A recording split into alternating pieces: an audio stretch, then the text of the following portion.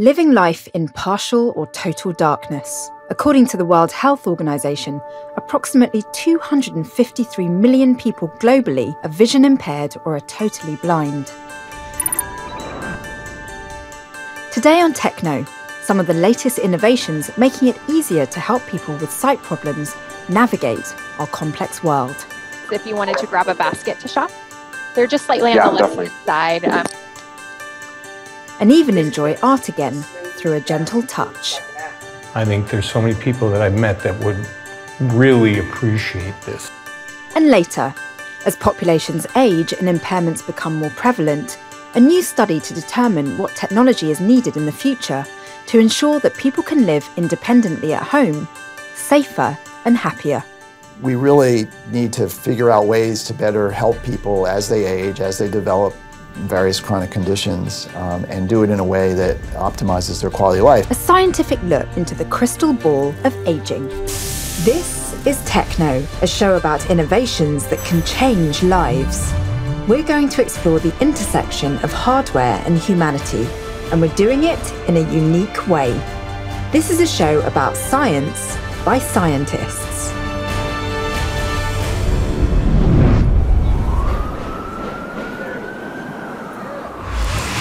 New York City, an intersection similar to many around the world.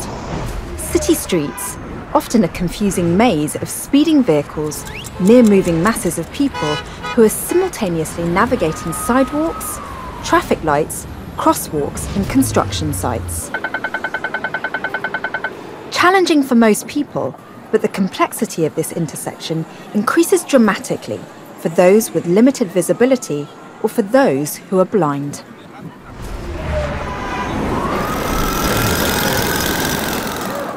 TechKnow's Dr. Crystal Dilworth reports. Navigating a major metropolitan city is difficult no matter who you are, but the visually impaired find it especially difficult. Now, new technologies are being developed that can help even the playing field. Technology is really useful. At the same time, it's not like technology is just doing everything for me. You know, it's helping me to do things myself. 28-year-old Lindsay Yazzolino of Boston, Massachusetts, visits New York City often. Blind since birth, years of training enable her to navigate these busy streets. I'm using a cane, and it's essentially a glorified, stick. But it does its job very well. And new technology, it doesn't need to replace things, but it can certainly enhance what I'm able to do.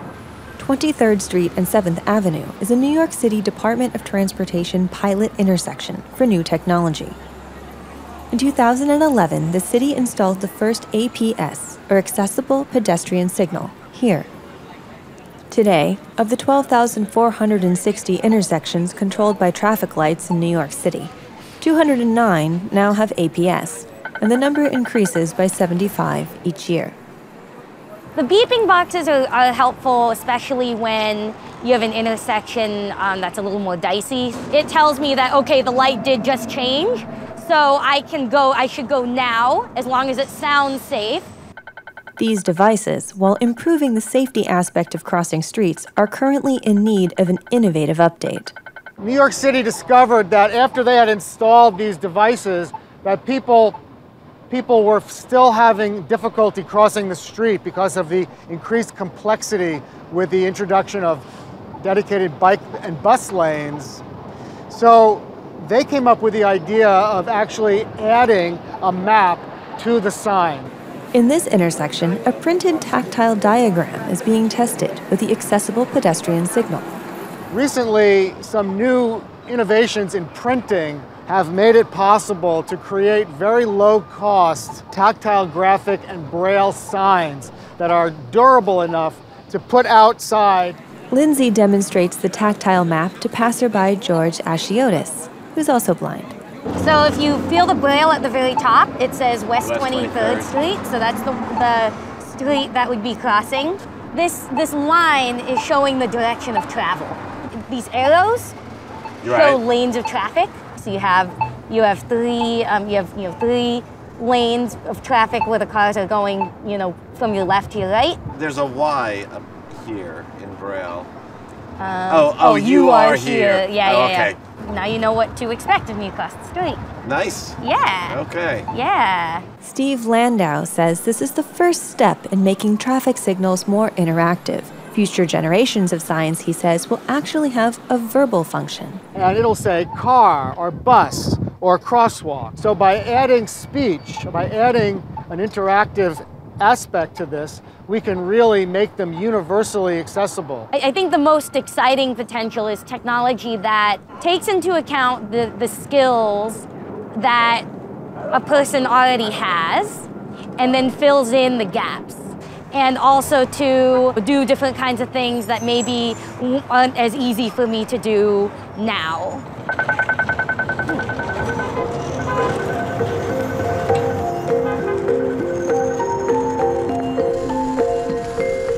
Lex Gillette agrees. Blind since age 8, today at 33, he's a U.S. Paralympic athletic champion who currently holds the long jump world record. While his athletic abilities put him at the top of his sport, some complex and even common tasks sighted people take for granted often challenge him. We met Lex at a supermarket in Ocean Beach, California. How difficult is it for you to navigate what someone like me would take for granted as a mundane task like grocery shopping? I think it's one of those things where a lot of times your stores will have a customer service area, so I would go to that desk. That would require me to have a specific list of items, and there are those times where you want to learn more about the product. You want to learn what types of ingredients are in them, and maybe you want to make a better selection. I'm an athlete, so a lot of times I'm very particular about what goes into my body. Recently, Lex sidestepped the help desk for something decidedly more high-tech. Today, he's shopping with Ira. Hi, Lex. Thanks for calling Ira. This is Erin. I am actually at the grocery store and am interested in picking up a couple things. What are you looking for today? You know what? I am interested in getting some lettuce and tomatoes and cucumbers for a salad. Alrighty, so if you don't mind scanning your head around so I can take a peek. Okay, so the cash registers are to the left. Let's see where the produce is. If you'll scan, alrighty, I see the produce market is to the right-hand side. Lex is not shopping alone. He's connected in real time to an agent assistant who could be hundreds of miles away from him, but is viewing exactly where he is. Erin Cater is the manager of agent operations. What does it mean to be an IRA agent? It means that we get to assist the blind with their day-to-day tasks and give them more independence and freedom. So us as sighted folks kind of take for granted just jumping in the car and running to the grocery store to pick up a simple item and getting back home.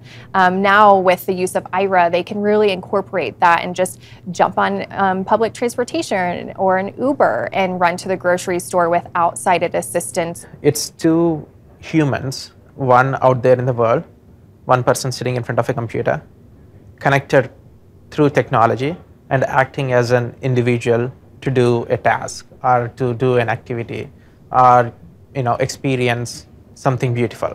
Here's how the system works. Smart glasses with a built-in camera is paired with an app on the user's phone. When they want assistance, they press a button and via cellular service they're connected to an agent. Those currently using this technology are called explorers. The agent sees the video in real time, streaming from the glasses that the explorer is wearing, their GPS location, and a full profile on the user. Back in the supermarket, Lex is navigating the produce area. There's a gentleman with a cart. He's stocking the bananas. He just paused, though, so if you wanted to step forward here, the cart is going to be here on the right, and then we're directly in front of the produce case. So I see peppers, potatoes, and I see what I believe are cucumbers. If you wanted to extend a hand, you'll feel, let's see, there will be potatoes on the top, and then the second row down will be cucumbers. So I can't see your hand in the camera. If you don't mind tilting your chin to your chest slightly. So the video drops down. Yeah, okay, perfect. You've got a cucumber in your hand. We teach them like how to tuck their chin to their chest, which is not, you know, it's a kind of an awkward movement for someone who doesn't have vision, is to look down to the floor and look up to the ceiling. So then you really build that rapport and that teamwork. That's so interesting that those movements I would take for granted because that's how I explore my space wouldn't really be necessary. Yeah, it's interesting because when you say look down, like to them they're like, well, I am looking down. But if you say tuck your chin to your chest, that gives it more, you know, that little bit more of description really tells them exactly how far to look down. If you'll tuck your chin slightly down, go down one row. Yep, and that's the Caesar Supreme that your finger's touching. Cool. So it's got the croutons, the dressing in there, and the Parmesan cheese as well. Okay, that's perfect. Yeah, awesome. Are you still interested in a tomato? Please, yes. Okay, let's take a peek around. So typically tomatoes aren't refrigerated. So if you want to do a full turnaround, a 360, well, a 180. Okay, so I don't see any tomatoes here. And on the other side were onions. So let's head towards the right-hand side. Okay. And if you'll pause here and scan your head. Okay, great. I see tomatoes on the aisle that's on your left-hand side. So if you were to move forward a couple of steps, they're actually at the very end of this case here. The tomatoes are on your right-hand side. So, now they're on the left-hand side. So go down this way? So pause here. And I believe if you want to extend your hand now directly in front of you, these are either apples or tomatoes. Okay. Yeah, this feels like a tomato. Okay, and if you'll just tuck your chin slightly, yep, that sure is a tomato. So it's a red, ripe tomato. I don't see any dents or wilts or holes in it. While grocery shopping is just one small task in Lex's life, he uses this technology for more complex situations, like traveling through airports or visiting major cities for the first time. So for me, there are those times where you want to have that specific information. You want as many details as possible. And so, for example, I went to Vegas, so I was like, you know what, I want to go out. I want to hit the streets of Vegas. Let's see what's happening. And I called up Ira, and they were able to navigate me around. I'm walking around on the strip. It was just an amazing experience because I just felt really empowered, and I hadn't done anything like that before. We do have low thousands of people who are using the service, explorers. We want to get Ira pretty much into the hands of every blind person in the world. A grand task, since there is a cost to using this technology. The subscription ranges from $89 a month all the way till $329 a month. Now on the higher end, $329, it's unlimited use of service. The glasses are for free. The data is free. They don't pay for the data or incur the cell phone usage. And we also include insurance associated with the glasses. So there's daisies, some purple flowers, and 3 sunflowers in here, and a couple of red flowers as well. It could be roses. I'm not sure if they're red roses. Okay. Alrighty, so if you want to move to the checkout line, we'll maneuver around this flower stand. So you'll walk forward a few steps and then turn to the left. Okay.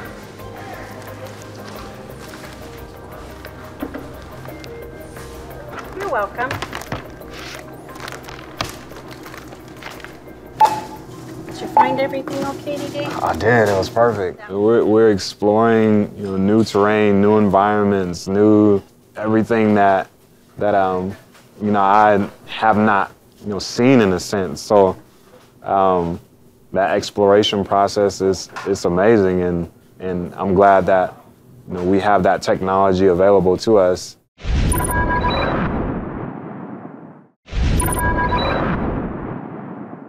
This is a boon for blind people right now in technology. There is so much going on to help people. It's phenomenal. It's way better than when I was younger. Meet art lover Dennis Perrone. Since becoming blind later in life, he gave up visiting museums, until today. A neuroscientist famously proposed that there were 9 ways that our brains help us to appreciate visual art. But how do you appreciate a painting that you can't see? The answer might be here at the San Diego Museum of Art, where they're taking an innovative approach to making art accessible to the visually impaired. Dennis is here to experience a masterpiece especially designed for the visually impaired. Museum Associate Curator Michael Brown describes the original. We're standing in front of Juan Sanchez Coton's masterpiece, a still life with quince, cabbage, cucumber, and melon.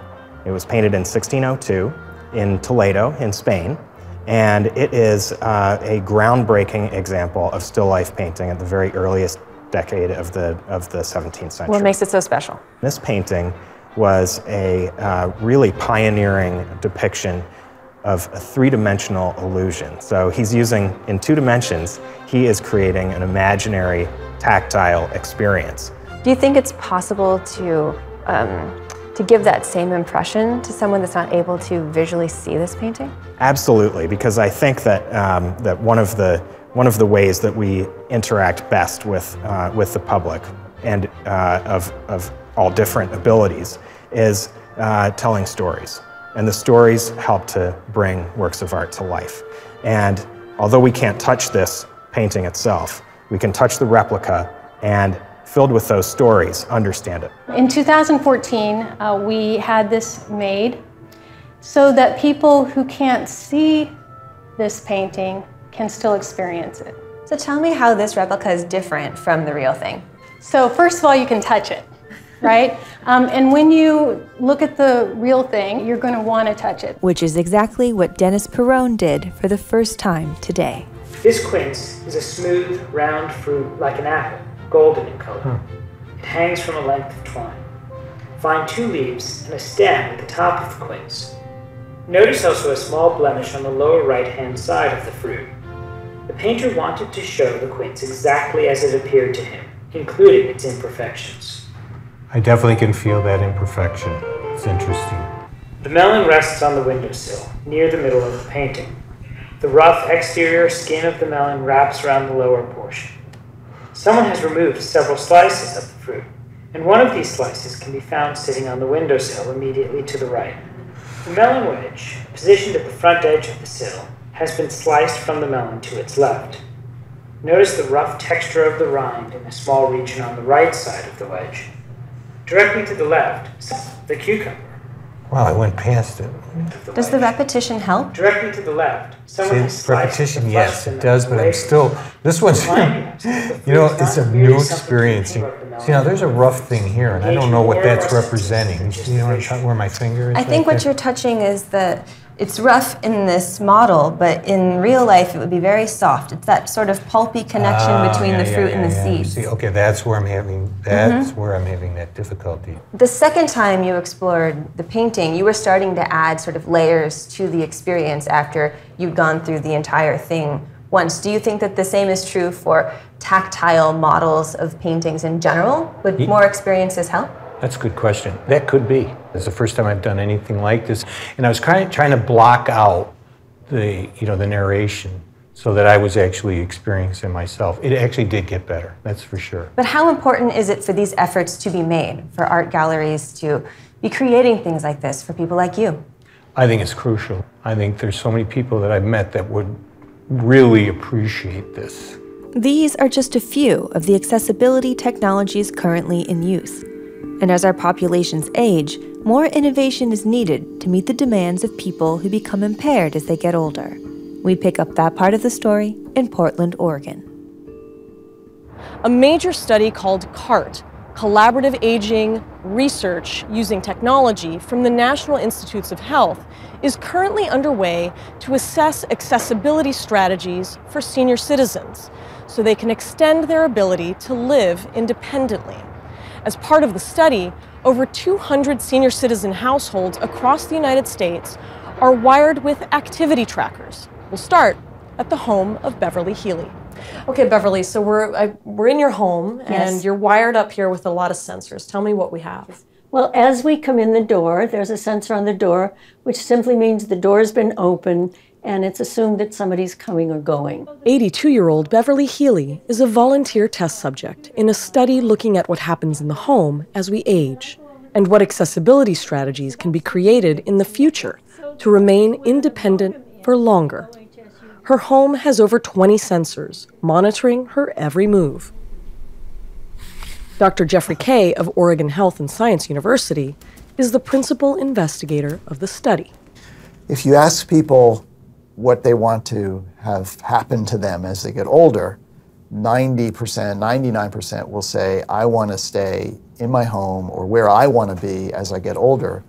On the other hand, of course, people say that because they fear going to a nursing home, they fear developing Alzheimer's disease, which is actually now the most feared condition in America.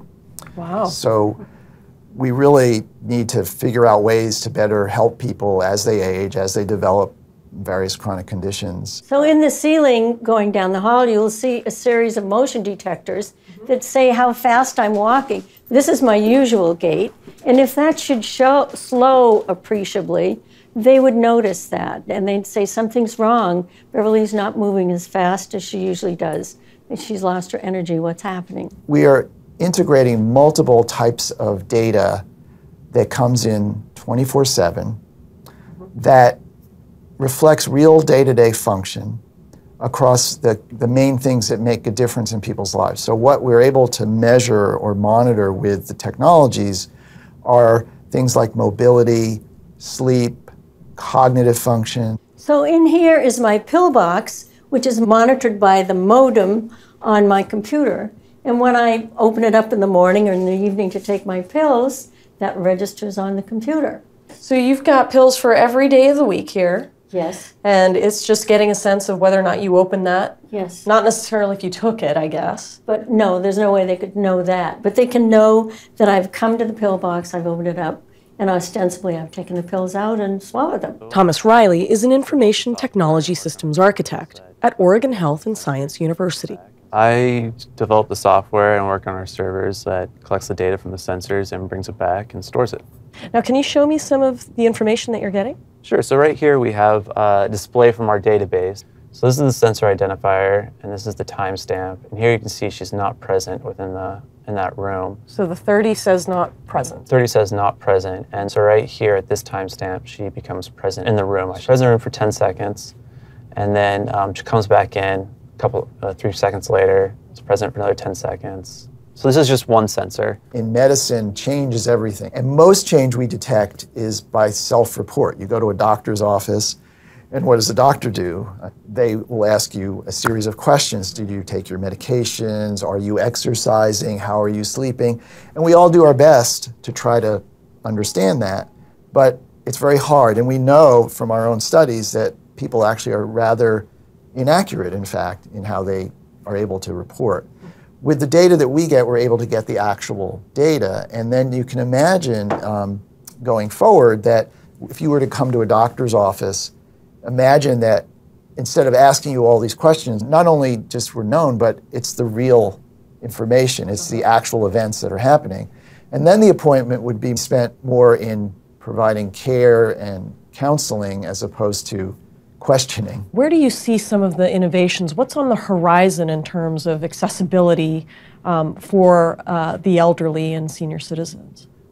There will be a natural shift to more comfort in just having technology around and using it. Voice recognition continues to advance quite rapidly, so the interface for how you conduct interviews, how you interact with technology in general is very rapidly changing. The data they're collecting is helpful as it's grouped with data they're collecting from other people just like me who are also contributing to the program. And that somewhere years from now or months from now, the data that they're collecting and assimilating will create a pattern of aging for people who are 20 years younger than I am. I feel happy about it. That's it for now. I'm Dr. Shani Somara. See you next time on TechKnow.